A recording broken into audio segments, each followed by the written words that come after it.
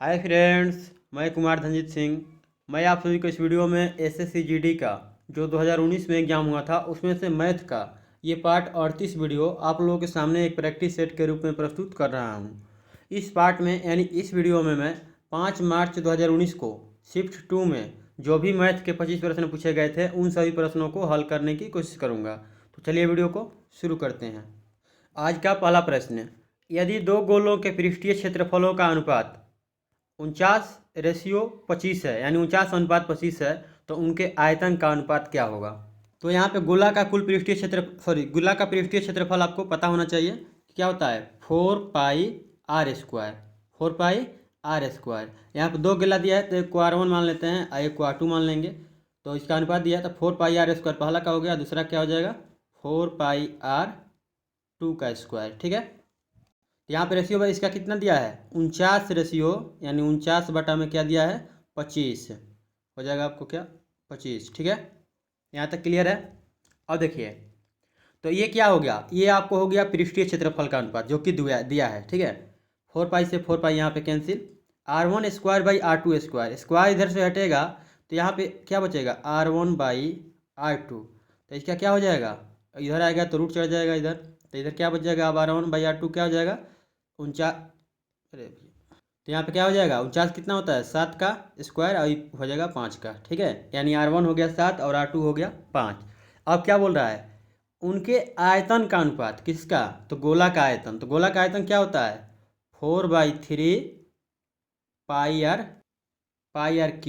ठीक है, तो ये भी हो जाएगा, दो गोला है तो दो का आयतन निकालना है ना, तो दोनों का आयतन का अनुपात कर देंगे 4/3 r1 हो जाएगा ये, r2 ये हो जाएगा। यहाँ भी 4/3 कट जाएगा, बचेगा क्या r1³ बटा में r2³। ठीक है, तो r1 कितना है 7, तो 7 का क्यूब बाई 5 का क्यूब। ठीक है, तो 7 का क्यूब क्या लिख सकते हैं आप, 7 का क्यूब क्या होता है 343। अब 5 का क्यूब क्या होता है 125। ठीक है, इसको बटा में लिखिए, ऐसे रेशियो में लिख दीजिए। तो यहाँ पे इसका राइट आंसर क्या हो जाएगा ऑप्शन 4। ठीक है, ऐसा करता हूँ आप लोगों को समझ में आया होगा, अगर नहीं आया होगा तो फिर से वीडियो देख लीजिएगा, समझ में आ जाएगा। यहाँ पे आयतन का ही अनुपात पूछ रहा था तो आयतन का यहाँ पर अनुपात कर दिया मैंने। चलिए अगला प्रश्न देखते हैं। अगला प्रश्न है ये दिया गया है पाई चार्ट। ठीक है, इस पाई चार्ट से 3 प्रश्न आपको आएंगे, इसी में मैं समझा दे रहा हूँ। ठीक है, चार्ट मतलब एक ही बार बता दे रहा हूँ, बार बार नहीं बताऊँगा। तो यहाँ पर देखिए नीचे दिया हुआ पाई चार्ट किसी देश के किसी विशेष वर्ष में विभिन्न खेलों पर खर्च को दर्शाता है। चार्ट को ध्यान से पढ़ें तथा नीचे दिए गए प्रश्नों का उत्तर दें। ठीक है, यहाँ पे हॉकी का दिया गया है 63 डिग्री, फुटबॉल पे दिया गया है 54 डिग्री, क्रिकेट का दिया गया है 81 डिग्री और अन्य खेलों के लिए दिया गया है 162 डिग्री। ठीक है, अब चलिए ये समझ गए यहाँ तक, टोटल कितना हो गया 360 डिग्री का। ठीक है, अब प्रश्न देखिए, प्रश्न बोल रहा है यदि पूरे वर्ष में संपूर्ण खेलों पर, यानी पूरे संपूर्ण खेल मतलब 360 डिग्री पर, ठीक है 360 डिग्री पर कितना खर्चा हो रहा है 18,000 रुपया। तो यहाँ पे 18,000। ठीक है, तो बोल रहा है तो क्रिकेट पर टेनिस की अपेक्षा कितना अधिक खर्च हुआ है रुपया में। अब देखिए इतना तो आप लोग पढ़ रहे थे जब, इसमें तो टेनिस के बारे में कहीं जिक्र नहीं किया है, अन्य खेल के बात जिक्र किया है, तो अन्य में टेनिस ही होगा ऐसे हम कैसे कंफर्म कर सकते हैं। इसलिए यहाँ पे कुछ प्रश्न में जो है गड़बड़ है। ठीक है, यानी गलतियाँ हैं, और यहाँ इसके आंसर के अनुसार मैंने जब चेक किया मतलब ऑप्शन से, तो यहाँ पे टेनिस के जगह पे यहाँ पे इसको फुटबॉल लिखना चाहिए था। ठीक है, यहाँ पे क्या लिखना चाहिए था फुटबॉल। ठीक है, तो अब जा करके आंसर आ रहा है। ठीक है, तो आप लोग ऐसा कीजिएगा कि एग्जाम हॉल में इंग्लिश वाला लैंग्वेज करके जरूर देख लीजिएगा, कोई भी प्रश्न पे डाउट हो तो इंग्लिश लैंग्वेज पटाख से करके आप लोग देख लीजिएगा। ठीक है, अब चलिए हम इसको फुटबॉल मार करके बनाते हैं।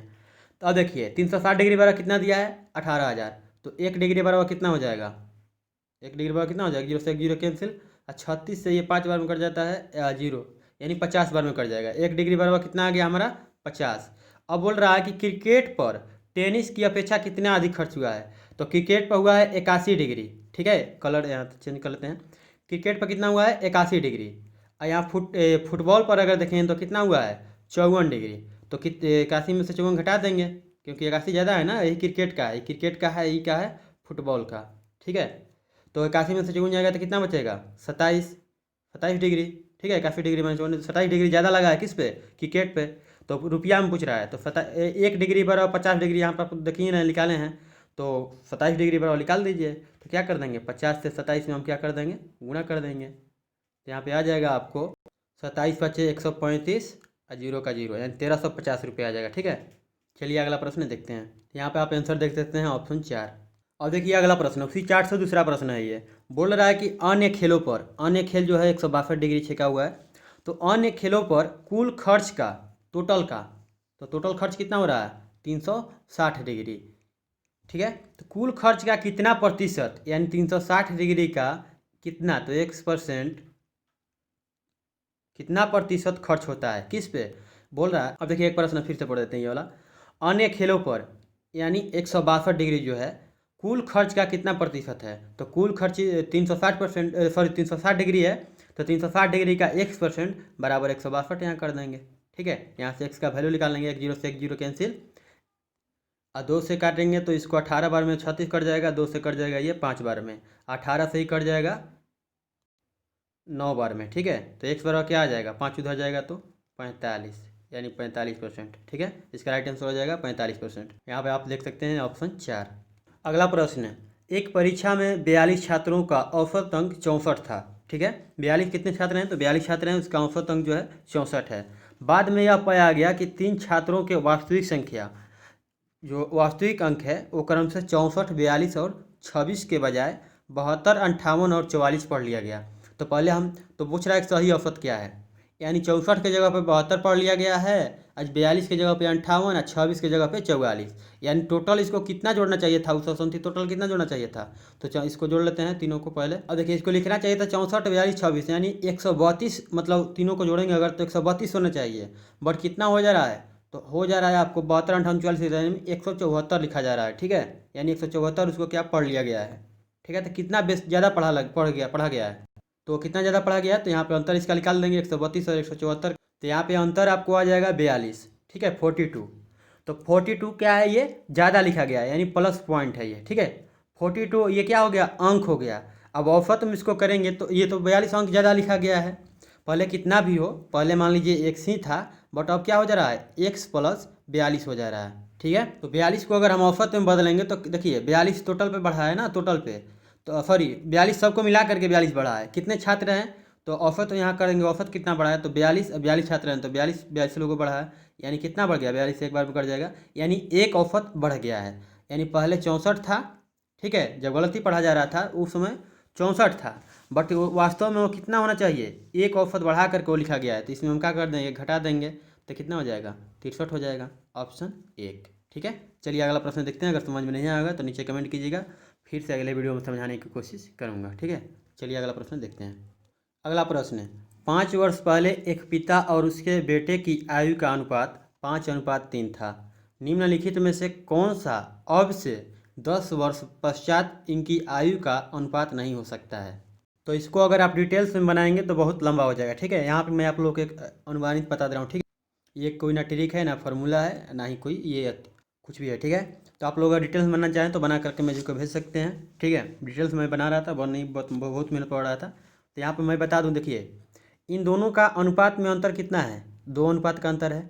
ठीक है, यानी ज़्यादा से ज़्यादा अगर देखिए इसमें भी जोड़ेंगे 10 बरस तक कितना हो जाएगा, मान लीजिए 5x + 10 होगा, तो कितना भी अगर होगा इसमें जितना भी जोड़ेंगे 10 वर्ष बाद जोड़िए या 15 वर्ष बाद जोड़िए, x के बाद x के अब कुछ भी रखिए, तो वो किसका अनुपात आएगा, ज़्यादा से ज़्यादा आएगा तो 2 अनुपात का अंतर आएगा। ठीक है, कभी भी आगे बढ़ेगा तो कितना आएगा, 2 अनुपात का अंतर आएगा। ठीक है, तो 2 अनुपात का ज़्यादा से ज़्यादा होना चाहिए। अब देखिए कम से कम 1 हो सकता है, ठीक है, और ज़्यादा से ज़्यादा 2, तो अब देखिए 2 से ज़्यादा नहीं होगा, तो पहला ऑप्शन में देखिए कितना का अंतर है, 1 का, दूसरा में 1 का, तीसरा में भी 1 का, 1 का। ठीक है, इसमें जब देखेंगे चौथा में तो ये 4 का हो जा रहा है, तो ये क्या हो जाएगा, ये गलत हो जाएगा। ठीक है, चलिए अगला प्रश्न देखते हैं। ठीक है, अगला प्रश्न है इसका पूछ रहा है मान। ठीक है, बोर्डमास के रूल के तहत चलिए बना देते हैं शॉर्टकट में, मतलब जल्दी जल्दी। ठीक है, तो सबसे पहले क्या करना है आपको, बोर्डमास में क्या होता है, सबसे पहले डिवाइड। ठीक है, तो देखिए सबसे पहले क्या आ रहा है, डिवाइड यानी भाग देना, तो 6 से 6 में काटेंगे तो यहाँ पे क्या हो जाएगा 1। ठीक है, उसके बाद क्या करना है, मल्टीप्लाई, तो मल्टीप्लाई करेंगे तो यहाँ से टोटल का कितना आ गया, 1 9 9। अब देखिए यहाँ पे क्या हो जाएगा, 9 6 54 और 9 6 यहाँ पे भी 54। ठीक है, अब देखिए यहाँ पे 54 होगा, 56 लिखा रहा है। ठीक है, 54 यहाँ पे क्या में है, अब देखिए शुरू से अब लिखते हैं यहाँ पे, तो यहाँ से यहाँ तक कितना आया हमारा 9। ठीक है, प्लस 6 है माइनस, अब यहाँ से क्या हो गया 54, ठीक है, माइनस 6 प्लस 54, ठीक है। अब यहाँ पे करते हैं तो देखिए 54 प्लस में है यहाँ पे, या यहाँ पे माइनस में है, यहाँ पे प्लस में है और यहाँ पे माइनस में, ख़त्म हो गया यहाँ से। ये भी 6 से मतलब प्लस में है या माइनस में है तो ख़त्म हो गया जिससे, तो बचा क्या 9, तो यहाँ पे इसका राइट आंसर ही ना हो जाएगा ऑप्शन 4।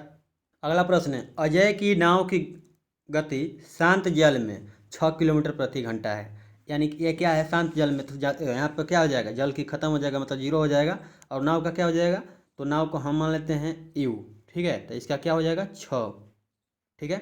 अब देखिए यदि धारा की गति 4 किलोमीटर प्रति घंटा है, तो धारा को हम मान लेते हैं भी, ठीक है, तो इसकी क्या है इतना 4 किलोमीटर प्रति घंटा, तो बोल रहा है तो उसे धारा की दिशा में 30 किलोमीटर की दूरी तय करने में कितना समय लगेगा, यानी धारा की दिशा में, यानी जिस तरफ की धारा जा रही है ना, धारा इधर बढ़ रही है तो नाव को भी इधर ही जाना है, तो दोनों का चाल क्या हो जाएगा, जुट जाएगा। ऐसी दिशा में कितना जाना है 30 किलोमीटर, ठीक है 30 किलोमीटर, तो 30 किलोमीटर दूरी हो गया। अब बटा में देखिए किस स्पीड से जाएंगे, क्योंकि धारा भी जो है उसी तरफ बढ़ रही है, नाव को भी उसी तरफ जाना है, तो कितना हो जाएगा 6 है इसका और 4 है इसका, तो दोनों को जोड़ देंगे तो 10 हो जाएगा, 1 जीरो से 1 जीरो कैंसिल, बचेगा क्या 3 घंटा में, ठीक है। पूछ रहा है कितना समय लगेगा, तो दूरी है 30 किलोमीटर और चाल हो गया, दूरी बटा में चाल होता है ना समय बराबर, ठीक है, तो दूरी 30 किलोमीटर चाल हो गया आपको 10 किलोमीटर प्रति घंटा। यही धारा के विपरीत कर देता तो 2 किलोमीटर प्रति घंटा हो जाता, क्योंकि यू माइनस भी हो जाता, ठीक है। तो यहाँ पे इसके प्रश्न के अनुसार इसका राइट आंसर क्या हो जाएगा ऑप्शन 4। 8 नंबर प्रश्न देखिए, बोल रहा है कि इनमें से कौन सा बड़ा है, यदि 500 पर 7% की छूट दी जा रही है, तो 500 पर 7% छूट दी जाएगी तो कितनी छूट मतलब दी जाएगी, तो 500 पर 7%, तो 5 यहाँ पर देखिए हम डायरेक्ट कर एगो समझा देते हैं, ठीक है, बाकी सब छोटा छोटा कर देंगे। 500 का 7% यहाँ से निकाल लीजिए, तो 2 जीरो से 2 जीरो कैंसिल, यानी कितना हो जाएगा ये 35 हो जाएगा। इसका कितना हो जाएगा 320 पर 10%, तो ये कितना हो जाएगा 32 हो जाएगा। 240 पर 12%, तो जीरो से जीरो कैंसिल, ये क्या हो जाएगा 1.2, मतलब ये हो जाएगा आपको गुणा करेंगे तो 240 का 12%, ठीक है 12% हो गया, 1 जीरो से 1 जीरो कैंसिल, 6 और यहाँ पे क्या आ जाएगा 1.2, 24 गुने 1.2, तो यहाँ पे करेंगे आप तो आ जाएगा आपको 28.8, ठीक है। यहाँ पे देखिए 400 का 8%, तो ये क्या हो जाएगा ये भी 32 हो जाएगा। तो इसमें कौन सबसे बड़ा है, आप भी देख सकते हैं ऑप्शन ये हो जाएगा, ठीक है, पहला वाला, इसमें क्या है 35 है, ठीक है, तो इसका राइट आंसर हो जाएगा ऑप्शन 1। चलिए अगला प्रश्न देखते हैं, मैं जा करके पूरा डिटेल्स मत बनाने लगेगा, ठीक है, यहाँ पे डायरेक्ट आप लोग कर दीजिएगा। अगला प्रश्न, एक कक्षा में कुल 60 लड़के और लड़कियाँ हैं, ठीक है, कितने हैं बॉयज़ और गर्ल, कितने हैं टोटल मिला के, बॉय प्लस गर्ल मिला कितने हैं 60 हैं, ठीक है, बॉय प्लस। तो अब बोल रहा है कि निम्नलिखित में से कौन सा विकल्प कक्षा में लड़कों और लड़कियों की संख्या के अनुपात का प्रतिनिधित्व नहीं कर सकता है, तो मतलब ये अनुपात दिया गया है, देखिए लड़के या लड़के कोई भी होगा करेक्ट नंबर में होगा, ठीक है। तो यहाँ पे देखिए 3:7, 3 अनुपात में 7 को 60 को बांट सकते हैं कि नहीं, यानी 7 और 3 10, तो 10 बराबर 60, यानी 10 से 60 कट जाएगा। अब डिवाइड लगा लीजिए सब में जोड़ करके, तो ये 10 से कटिए जाएगा, यानी पहला ऑप्शन सही है। और दूसरा ऑप्शन देखिए 2 3 5, 2 अनुपात और 3 अनुपात, तो 5 हो जाएगा ना जी, तो 60 से 5 से 60 कट नहीं जाएगा, ये भी कट जाएगा। 3 1 4, यानी 60 बटा में 4, ये भी कट जाएगा, यानी ये भी सही है ये भी सही है, यानी ये सब प्रतिनिधित्व कर सकते हैं। अब बचा चौथा नंबर, तो ऐसे ही चौथा नंबर गलती हो जाएगा, क्योंकि 3 को सही होगा तो वो गलती ना होगा। तो अब देखिए तो ये 6 1 7 से बना भी देते हैं, 60 और बटा में 7, ये कब कटेगा और कटबो करेगा तो दशमलव में आएगा, तो कोई लड़का लड़की दशमलव में होता है, ठीक है, तो इसलिए क्या हो जाएगा ये, इसमें प्रश्न क्या था प्रतिनिधित्व नहीं कर सकता है, तो यहाँ पे इसका राइट आंसर हो जाएगा ऑप्शन 4, ठीक है। और यहाँ पे आप लोग के यहाँ से मेरे को याद आया कि डायरेक्ट क्वेश्चन पढ़ने के बाद कितना लोग ये करते हैं कि प्रतिनिधित्व कर सकता है, ठीक है, नहीं वाला पर ध्यान नहीं जाता है, तो इसलिए आप लोग क्वेश्चन थोड़ा सा ध्यान से पढ़िएगा, ठीक है, क्योंकि नहीं है नहीं देख पाते हैं लोग, तो वहीं पे पहला वाला मार करके आ जाएंगे, ठीक है। चलिए अगला प्रश्न देखते हैं, ऐसा प्रश्न पढ़ने पे भी थोड़ा ध्यान दीजिएगा, मतलब पहले प्रश्न जरूर पढ़ लीजिएगा, ठीक है। अगला प्रश्न है, 2 रेलगाड़ियों की लंबाई का अनुपात जो है 6:5 तथा उनकी गति का अनुपात जो है 3:2 है, तो एक खंभे को पार करने में उनके द्वारा लिया गया समय का अनुपात क्या होगा। तो समय का अनुपात पूछ रहा है, तो समय बराबर क्या होता है, समय बराबर आपको होता है दूरी बटा में चाल, तो पहले वाले की दूरी कितनी है 6 है, मान लीजिए x है तो देखिए 6x 6x, ठीक है, सबको x से कर लेते हैं। तो 6x है। ऐसे गति का अनुपात, दूरी हो गया ये, गति यानी चाल, तो गति का अनुपात कितना है पहला का 3x, ठीक है, ये हो गया रेशियो। अब देखिए इधर क्या है 5x, दूसरी वाली की 5x अपाई 2x। अब देखिए यहाँ पे एक से एक सब में कैंसिल हो जाएगा यहाँ से, ठीक है, 3 से ही कट जाएगा 2 बार में। अब देखिए यहाँ पे कुछ तो बचेगा नहीं, तो 2 इधर आ जाएगा तो क्या हो जाएगा 2 दूना के 4, इधर 5 बचा है तो 4:5 हो जाएगा, ऑप्शन 1, ठीक है। चलिए अगला प्रश्न देखते हैं। अगला प्रश्न है 12% प्रति वर्ष की साधारण ब्याज दर पर पैसा कितने समय में दोगुना हो जाएगा। मान लीजिए कोई भी पैसा है तो यहाँ पर हम 100 रुपया ही मान लेते हैं, ठीक है, 100 रुपया पैसा है 12% के दर पर कितने समय पूछ रहा है, ठीक है, कितना समय, तो समय x मान लेते हैं बटा में 100, मूलधन टू समय इंटू दर हो गया साधारण ब्याज का फॉर्मूला। अब बोल रहा है कितने समय में दोगुना हो जाएगा, तो 100 रुपया तो मूलधन है ये है पहले, ठीक है, तो दोगुना, तो 100 दोगुना मतलब 200, तो 100 रुपया तो पहले से 100 रुपये में ब्याज बढ़ जाएगा, तो हो गया यहाँ पे, तो 2 जीरो से 2 जीरो कैंसिल, आई हो जाएगा x बराबर क्या हो जाएगा 100 बटा में 12, ठीक है। इसको करेंगे तो 6 दूने 4 से कट जाएगा 3 बार में, और 4 से ही कट जाएगा 25 बार में, तो इसको पूर्णांक में बदलेंगे तो 8 पूर्णांक 1/3 हो जाएगा, ठीक है। चलिए अगला प्रश्न देखते हैं। अगला प्रश्न है संजय ने अपनी मध्य अवधि परीक्षा में 150 यानी 150 में से 75 अंक हासिल किए और अपनी वार्षिक परीक्षा में 150 में से 105 अंक प्राप्त किए, उसके द्वारा प्राप्त अंकों में प्रतिशत वृद्धि कितनी है। तो देखिए 150 पहले कितना किया था मध्यावधि में, मतलब जो होता है ना छमाही परीक्षा, उसी को मध्यावधि बोला जाता है, तो हम लोग की तरफ बोला जाता है छमाही परीक्षा मतलब टेस्ट, ठीक है। तो टेस्ट में कितना लाया है ये 150 में 75, तो 150 का कितना परसेंट 75 होता है 50%, तो पहले कितना है 50%, ठीक है। वार्षिक परीक्षा यानी फाइनल में कितना किया, तो 150 में 105 किया है, ठीक है, तो 150 का 1% बराबर 105। अब यहाँ से निकाल लीजिए x बराबर आ जाएगा 0 से 1 0, अब 15 से कितना बार में कट जाएगा 15 छक्का 90, या 15 फतेह 75, मतलब 7 बार में, तो x बराबर क्या आ गया 70%, ठीक है। तो क्या हो जाएगा वार्षिक में ये हो जाएगा, ये एनुअल का हो गया और ये हो गया मध्यावधि का, ठीक है, छमाही, तो 70%। अब बोल रहा है कि उसके द्वारा प्राप्त अंकों में प्रतिशत वृद्धि कितनी है। तो अब देखिए पहले हम इसको मिटा लेते हैं, ठीक है, तो पहले 50% अब 70%, कितना परसेंट की वृद्धि हो रहा है 20% का, ठीक है, 20% किस पे बढ़ रहा है 50 पे, इंटू 100 कर देंगे, ठीक है, तो 50 से 2 बार में कैंसिल, तो ये कितना हो जाएगा 20 दूना के 40%, ठीक है। अब यहाँ पर कुछ लोग का मन में आ रहा है कि यहाँ 50% है, यहाँ 70% प्राप्त कर लिया, तो यहाँ पे 20% हो जाएगा, तो ये गलत बात हो जाएगा, ठीक है। इसमें बोल रहा है कि उसके द्वारा प्राप्त अंकों में प्रतिशत वृद्धि।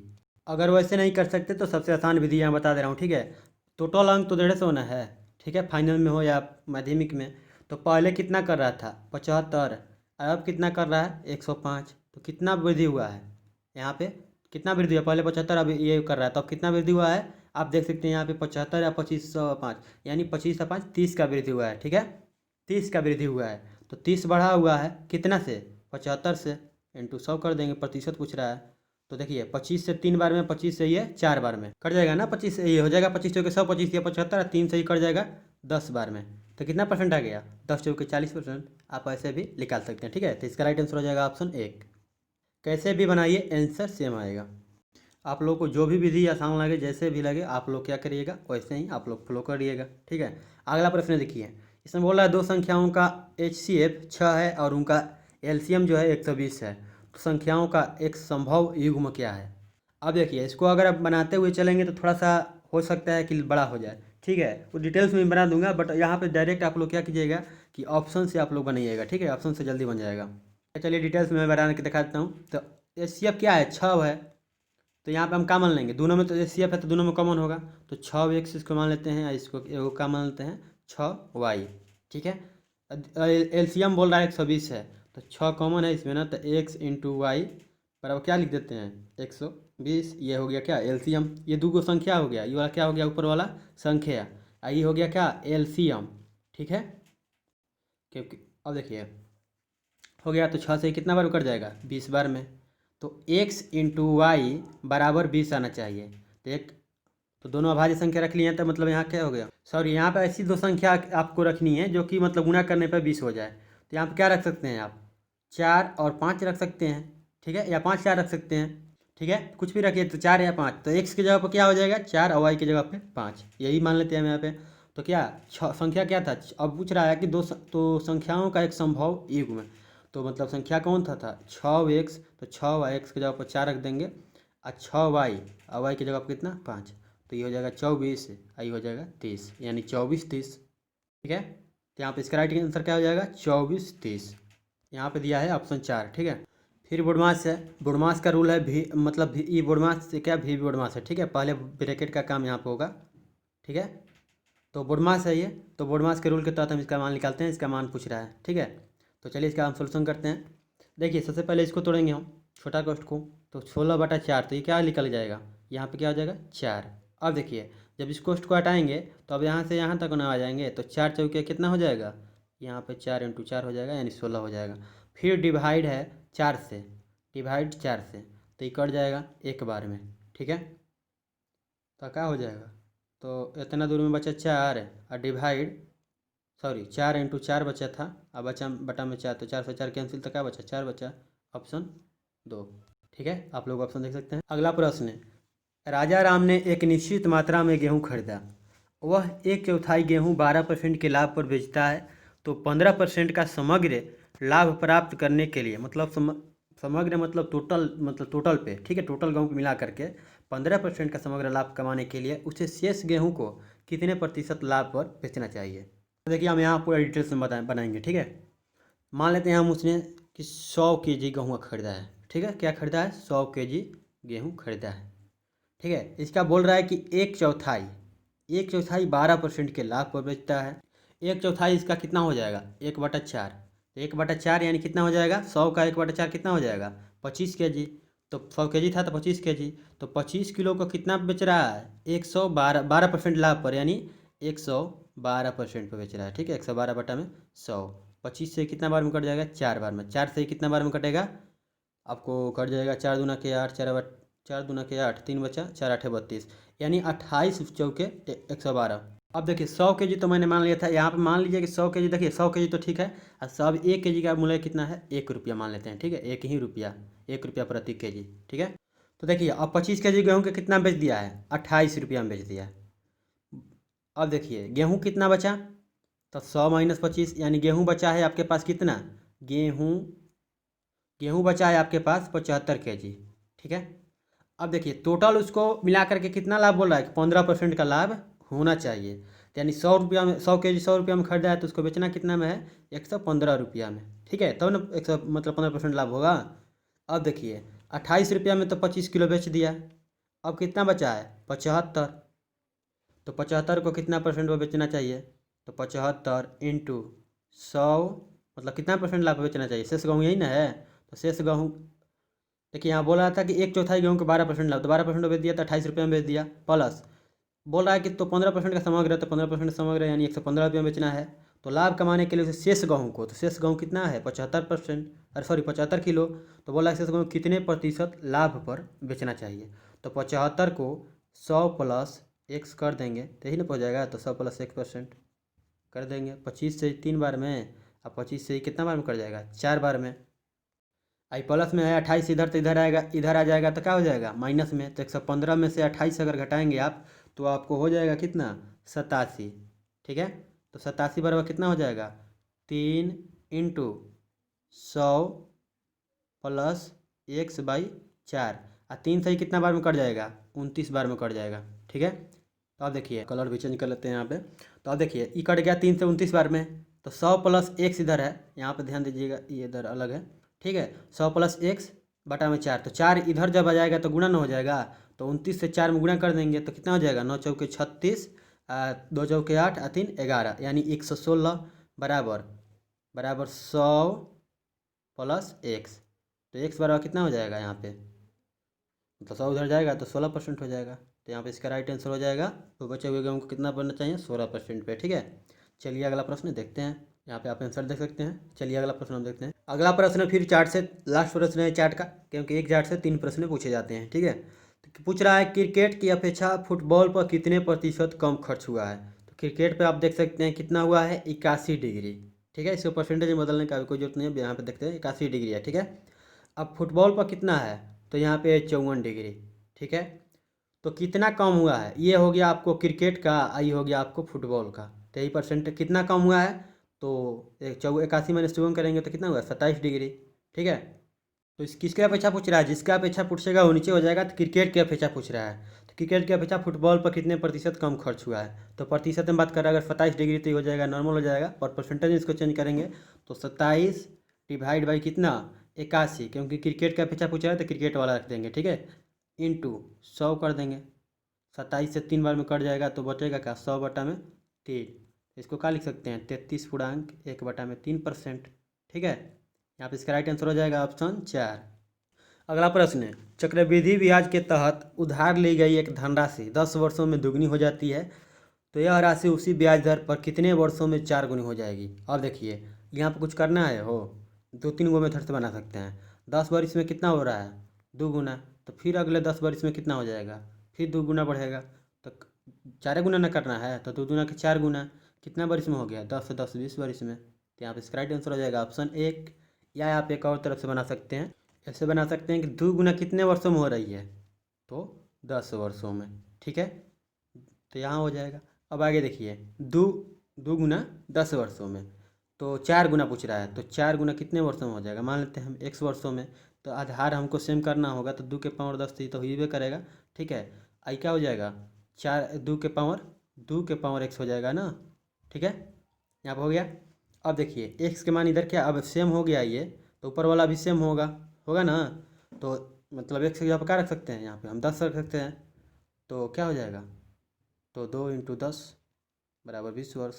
ठीक है, चलिए अगला प्रश्न देखते हैं। अगला प्रश्न है, एक निश्चित राशि पी क्यू और आर के बीच इस तरह से बांटा जाता है कि पी को मिलने वाले प्रत्येक रुपए के लिए क्यू को 75 पैसे मिलते हैं। ठीक है, तो क्यू को मिलने वाले प्रत्येक रुपए के लिए आर को, रुकिए यहाँ पे और है। ठीक है, पहले पहला वाला लाइन को देखते हैं, पी को मिलने वाले प्रत्येक रुपए के लिए क्यू को जो है मिलता है 75 पैसा। ठीक है, तो P/Q, तो कितना हो जाएगा, ये पी को मिल रहा था 1 रुपया यानी 100 पैसा, इसको मिल रहा था 75 पैसा। ठीक है, तो अब देखिए P/Q बराबर कितना हो गया ये, तो 100/75 यानी 25 चौके 100 हुआ, 25 या 75, यानी P/Q बराबर हो गया 4/3। ठीक है, अरे भैया ये क्या हो गया, P/Q बराबर 4/3। अब आगे देखिए क्या बोल रहा है, Q को मिलने वाले प्रत्येक रुपए के लिए R को 50 पैसे मिलते हैं, यानी Q/R ये बराबर कितना हो जाएगा, अगर Q को मिलता है 100 पैसा यानी 1 रुपया, तो इसको मिलता है 50 पैसा। ठीक है, तो 50 गुना के 100 यानी 2/1। ठीक है, तो इसका रेशियो क्या हो जाएगा, रेशियो में लिखेंगे तो 4:3, और इसका रेशियो क्या हो जाएगा, 2:1। ठीक है, तो इसको आगे प्रश्न पढ़ते हैं, यदि आर को कुल राशि में हिस्सा जो है 36 रुपया मिलता है, तो कुल राशि में पी का हिस्सा ज्ञात करें, यानी आर का दिया है ये 36। सबसे पहले हम यहाँ अनुपात कर लेते हैं। देखिए अब क्या दिया है, तो PQ 3 है, PQR। ठीक है, P/Q बराबर कितना आया है, यहाँ पे 4/3, 4:3 हो गया। फिर उसके बाद Q और R का यहाँ से देख सकते हैं कितना है, 2:1, तो Q के सामने ये लिख देंगे, R के सामने R वाला लिख देंगे, तो हो गया। ठीक है, सब रेशियो में है। ठीक है, अब क्या किया जाता है, यहाँ पे यही 3 गो है। ठीक है, तो यहाँ पे क्या करेंगे हम, यहाँ मैंने बताया था जहाँ खाली है उसके सामने वाली अंक को लिख देनी है, तो इसके सामने कौन है, इसी के लाइन में 2 है, इसके सामने 3 है, और मल्टीप्लाई कर दीजिए तो ये 3 हो जाएगा, ये 6 हो जाएगा, ये 8 हो जाएगा। और सब में अगर 1 से गुना कर देते हैं कोई फ़र्क पड़ेगा, ठीक है, कोई फ़र्क नहीं पड़ेगा, तो ये 8 हो जाएगा, यहाँ जगह थोड़ा सा मिस हो रहा है। ठीक है, यहाँ 8x हो गया, ये 6x हो जाएगा, ये क्या हो जाएगा 3x। तो बोल रहा है कि आर को हिस्सा जो मिला है आर की कुल राशि में, इसका 36 रुपया हिस्सा है, तो कुल राशि में इसको कितना हिस्सा मिला है, 3x, तो 3x बराबर मतलब 3 हिस्सा मिला है, तो इसको 36 है, तो x बराबर निकाल लेंगे, 12 हो गया। ठीक है, अब बोल रहा है कि कुल राशि में p का हिस्सा है, तो कुल राशि में p का हिस्सा कितना मिला है, 8x मिला है ना जी, 8x यहाँ पर देख सकते हैं आप, तो 8x, तो x बराबर 12 आ गया, तो 8x बराबर कितना हो जाएगा, 8 से गुना कर दिया, 12 × 96 रुपया, ऑप्शन 4। देखिए भैया लग रहा है इधर ठंडा। ठीक है, तो थोड़ा सा इसीलिए आवाज़ में कुछ हो रहा होगा, तो इसके लिए माफ़ी चाहूँगा। अगला प्रश्न है, ये दिया गया है 5 + 5 + 200 बार है, और 8 + 8 जो है मतलब 8 जो है 100 बार है, सभी को जोड़ करके बोल रहा है कि इसका औसत ज्ञात कीजिए। तो 5 5 जो है कितना बार है, 200 बार, यानी सबको जोड़ देंगे तो कितना आ जाएगा, 200 5 1000, ठीक है। प्लस ये कितना बार है, 8 8, तो 100 बार है, तो 100 8 800 हो जाएगा ना। इसका औसत बराबर क्या होता है, किसी का भी औसत संख्याओं का योग बटा में संख्याओं की संख्या। तो टोटल हमने जोड़ लिया यहाँ पे, संख्याओं की संख्या कितना हो जाएगा, ये 200 बार है या 100 बार है, तो कितना हो जाएगा 300। तो 1800, 1800 1800 ना होगा, 1800 बटा में 300, 2 जीरो से 2 जीरो, 3 से 6 बार में कट जाएगा, तो क्या आ जाएगा औसत 6, ऑप्शन 2। अगला प्रश्न है, यदि किसी शंकु के आधार के क्षेत्रफल को बढ़ा दिया जाता है तो यह अपने मूल क्षेत्रफल का 1.96 यानी 1.96 गुना हो जाता है, तो आयतन कितना बढ़ जाएगा। अब देखिए पहले मान लेते हैं यहाँ पर कितना था, 100 था, ठीक है, ये मिटा देते हैं पहले भैया। पहले कितना था, 100 था, ठीक है। अब कितना हो जा रहा है, 196, या जैसे है वैसे ही मान लेते हैं, ठीक है। 100 मानिए, एक ही मान लेते हैं, पहले 1 था, अब कितना हो जा रहा है, 1.96 हो रहा है। कितना बढ़ जा रहा है, तो कितना बढ़ रहा है, तो बढ़ रहा है आपको कितना, तो 0.96 बढ़ रहा है। किस पे बढ़ रहा है, 1 पे बढ़ रहा है, इंटू 100 कर देंगे, ठीक है, प्रतिशत हो जाएगा। तो ये दशमलव हटेगा तो यहाँ पर 2 को 0 बढ़ जाएगा, 2 अंक है तो 100 से 100 कैंसिल, तो कितना बढ़ जाएगा 96%। तो यहाँ पे इसका राइट आंसर हो जाएगा ऑप्शन 2।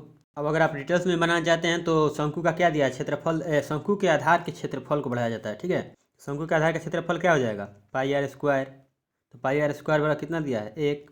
अब बढ़ जा रहा है तो कितना हो जा रहा है, मतलब ये R1 हो गया, अब पाई R2, मतलब 3 जो है ना बढ़ेगा, ये थोड़ा ना बढ़ेगा, तो पाई R2 स्क्वायर कितना हो जा रहा है, 1.96। तो यहाँ से भी अगर निकाल सकते हैं, ठीक है। तो ये हो गया क्या, क्षेत्रफल, तो इसका अंतर कितना हो जाएगा, पाई R1 स्क्वायर या R2 square minus R1 square, कितना आ जाएगा 0.96। तो किसका हो गया, ये पाई आर स्क्वायर का मान हो गया, ठीक है। अब बोल रहा है आयतन कितना बढ़ जाएगा, तो आयतन में एच तो मतलब कॉन्स्टेंट रहेगा, मतलब दोनों में सेम रहेगा, ठीक है। तो एच से एच कैंसिल हो जाएगा, तो ये पाई आर स्क्वायर का ना मान पूछ रहा है, तो 0.96 बढ़ रहा है, तो कितना बढ़ रहा है, तो ये निकाल लेंगे यहाँ से। वैसे करेंगे तो भी सही है, ऐसे करेंगे तो जो भी आसान लगे वैसे बना लीजिएगा, ठीक है। तो यहाँ से भी आपको क्या हो जाएगा, 0.96 से हटेगा तो 0, तो 96 बटा में 100 का लिख देते हैं 96%। अगला प्रश्न है, यदि किसी काम को करने में 30 आदमी को 30 दिनों का समय लगता है तो एक आदमी एक दिन में उस काम के कितने भाग को पूरा करेगा। यहाँ से हम टोटल काम निकाल लेंगे, 30 आदमी 30 दिन में, मान लेते हैं 30 दिन में मतलब का ईंटा धोते हैं, ठीक है। तो 30 आदमी 30 दिनों तक काम करते हैं, तो टोटल कितना, मतलब 30 आदमी 30 दिन में ईंटा कितना धो देंगे। अगर एक हो धोएंगे तो कितना धो देंगे, 30 × 30 यानी 900 धो देंगे, ठीक है। अरे भैया रुको, 30 × 30 यानी ये हो जाएगा ये टोटल का। अब देखिए बोल रहा है एक आदमी एक दिन में उस काम के कितने भाग को पूरा करेगा, एक आदमी एक दिन में, यानी 30 आदमी जो हैं 30 काम को मिल करके एक काम करते हैं, तो एक आदमी एक दिन में कितना काम, एक्स काम करेगा मान लेते हैं, ठीक है। तब यहाँ से कर लीजिए, तो एक्स अगर आपको देखिए एक्स इधर लाएंगे तो एक्स ऊपर हो जाएगा, उधर क्या हो जाएगा 1 बटा में 900। तो यहाँ पे इसका राइट आंसर क्या हो जाएगा, ऑप्शन 2। अगला प्रश्न है, दो समांतर चतुर्भुज एक ही आधार पर तथा उनके समांतर रेखाओं के बीच की दूरी जो है समान है, तो उनके क्षेत्रफलों का अनुपात क्या होगा। तो समांतर चतुर्भुज के क्षेत्रफल क्या होता है, आधार इंटू ऊंचाई, ठीक है। आधार इंटू क्या हो जाएगा, मतलब आधार को बी मतलब बेस इंटू ऊंचाई, ठीक है। अब बोला उनके समांतर रेखाओं के बीच की दूरी भी समान है, ठीक है। तो दो है तो B1H1 करते हैं बराबर B2H2, ठीक है, ये हो गया। तो बोला है उनके क्षेत्रफलों का अनुपात क्या होगा।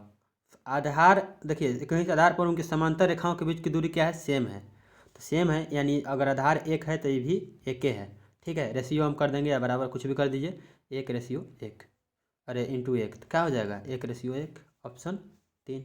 जो भी गेम होगा आधार ऊंचाई पर ना होगा, तो आधार ऊंचाई दोनों सेम है, क्योंकि यहाँ पे बोल रहा है उनके समांतर रेखाओं के बीच की दूरी समान है, तो बीच की दूरी जो समांतर चतुर्भुज जब बनाएंगे आप, समांतर चतुर्भुज जब बनाएंगे तो यहाँ दोनों रेखाओं के बीच की दूरी तो यही ना होगा, बीच की दूरी, तो ये क्या हो जाएगा ऊंचाई नहीं हो जाएगा, तो इससे में ना होगा, ठीक है। तो यहाँ पे इसका राइट आंसर हो जाएगा 1:1। अगला प्रश्न है, एक टंकी को भरने में एक इनलेट पाइप को, इनलेट मतलब भरने वाला, ठीक है, तो 8 घंटे का समय लगता है, ठीक है। और एक आउटलेट पाइप यानी बाहर वाली, बाहर निकालने के लिए, इसे खाली करने में 12 घंटे लगाते हैं। यदि दोनों पाइप एक साथ खोले जाते हैं तो टंकी कितने घंटे में भर जाएगी। मान लेते हैं इनलेट को ए लिख देते हैं या आई लिख देते हैं, ठीक है। तो ये कितना में बदलता है, 8 घंटा में। या आउटलेट वाली कितना में, 12 घंटे में। ये क्या कर सकती है, खाली, ये माइनस वाली है, ठीक है। तो 12 8 कैल्शियम यहाँ निकाल लेंगे तो टोटल मतलब टंकी की क्षमता हो जाएगा। तो 12 चौके 48, 12 दूना 24, 24, ठीक है, छोटा अंक रखते हैं, 24 हो जाएगा। तो ये कितना भर सकता है, 3। आई कितना खाली कर सकता है 1 घंटा में, 8 घंटा में 24 यूनिट भर सकता है, यानी 24 लीटर मान लीजिए, 24 लीटर भर सकता है। तो 1 घंटा में कितना भर सकता है, 3 लीटर।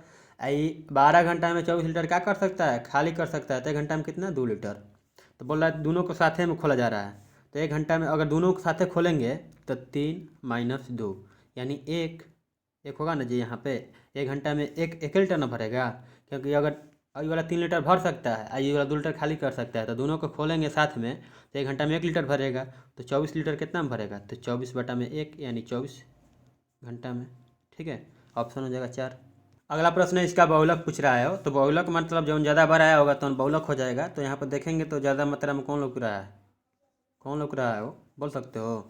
तो 3 वो 26 होगा, तो ये ना हो जाएगा ऑप्शन 4। बाकी सब देखेंगे तो 32 से गुड़े है, 28 से गुड़े है, 24 से गुड़े, 24 2 है, 31 से गुड़े है। तो सबसे ज़्यादा कौन है, 26 है। तो यहाँ पर बहुलक 26 हो जाएगा। आप लोगों के लिए इसका ये प्रश्न होमवर्क रहेगा, मतलब बना दीजिएगा, ठीक है। नीचे कमेंट में बताइएगा इसका माध्यिका क्या होगा, ठीक है। माध्यिका क्या होगा, माध्यिका, और आपको लोगों को बताना है आपको माध्य, ठीक है। ये दोनों बताना है। देखिए अगला प्रश्न है, यदि किसी व्यापारी द्वारा 45 मीटर कपड़ा बेचने पर किया गया लाभ जो है 5 मीटर कपड़े के विक्रय मूल्य के बराबर है, तो उसका लाभ प्रतिशत क्या है। तो हम मान लेते, देखिए इसको 2-3 मेथड से बना सकते हैं, डायरेक्ट भी बना सकते हैं, ठीक है। बट यहाँ डिटेल्स में पहले बता देता हूँ। तो एसपी कितना हो गया यहाँ पे, कितना है, 45 मीटर। तो 45 मान लेते हैं, 1 मीटर को 1 रुपया में खरीदा होगा, तो 45 रुपया में बेचा, ठीक है। जब 45 रुपया में बेच रहा है तो इसमें क्या हो रहा है, प्रॉफिट भी हो रहा है, कितना का, 5 मीटर का कपड़ा विक्रय मूल्य। तो 5 मीटर, 1 मीटर का 1 रुपया माने तो 5 मीटर विक्रय मूल्य कितना हो जाएगा, 5 रुपया। तो सीपी कितना हो जाएगा, प्रॉफिट मतलब लाभ है, ठीक है, प्रॉफिट लाभ। तो सीपी कितना हो जाएगा, यानी क्रय मूल्य। तो विक्रय मूल्य में से अगर लाभ घटा देंगे तो क्रय मूल्य नहीं हो जाएगा। तो 45 - 5 यानी क्रय मूल्य कितना हो जाएगा, 40 रुपया, ठीक है। और प्रश्न में क्या बोल रहा है, तो उसका लाभ प्रतिशत, खरीदा था 40 रुपये में, अब बेच रहा है 45 रुपये में, तो लाभ प्रतिशत बता दीजिए। तो कितना लाभ हो रहा है, 5 रुपया का कितने पे, 40 पे, इंटू 100, ठीक है, इंटू 100। तो 5 8 40, ये हो जाएगा 2 चौके 4 दूना के 8 और 25 चौके 100, 4 से 25 बार में, तो 25/2 तो कितना हो जाएगा, 12.5% क्या हो जाएगा लाभ, ठीक है। अगर आप चाहते हैं तो यहाँ पर डायरेक्ट भी बना सकते हैं। अब बोलेंगे कैसे, देखिए 45 मीटर कपड़ा बेचने पर कितना हो रहा है, 5 मीटर कपड़े का लाभ हो रहा है, यानी कितना में हो रहा है, 5 लाभ हो रहा है, कितना पे, 45 में 5 मीटर लाभ हो जा रहा है, तब 40 मीटर पे ना हो रहा है, इंटू 100, 8, 100/8 तो 12.5 हो जाएगा, ठीक है, परसेंट, ठीक है। 100/में, अरे भैया ये हटाओ, तो क्या हो जाएगा, 100/8 यानी 12.5% हो जाएगा, ठीक है। तो चलिए आज का प्रश्न यहीं पर समाप्त करता हूँ। आशा करता हूँ वीडियो से मदद मिली होगी, तो प्लीज़ वीडियो को लाइक कीजिएगा। अगर इससे संबंधी आप लोगों के मन में कोई भी डाउट हो या क्वेश्चन हो इस वीडियो से रिलेटेड, तो आप हमें व्हाट्सअप नंबर 83 406 14 106 पे कॉन्टेक्ट कर सकते हैं, ठीक है। चलिए मिलेंगे नेक्स्ट वीडियो में। ओके, थैंक यू, जय हिंद, जय भारत। मन करे तो शेयर कीजिएगा, सब्सक्राइब कीजिएगा, आपकी मर्जी, ठीक है। आज नहीं तो कल तो करना ही है, आप लोग कर ही लेंगे, इतना तो मैं जानता ही हूँ, ठीक है। तो चलिए मिलेंगे नेक्स्ट वीडियो में।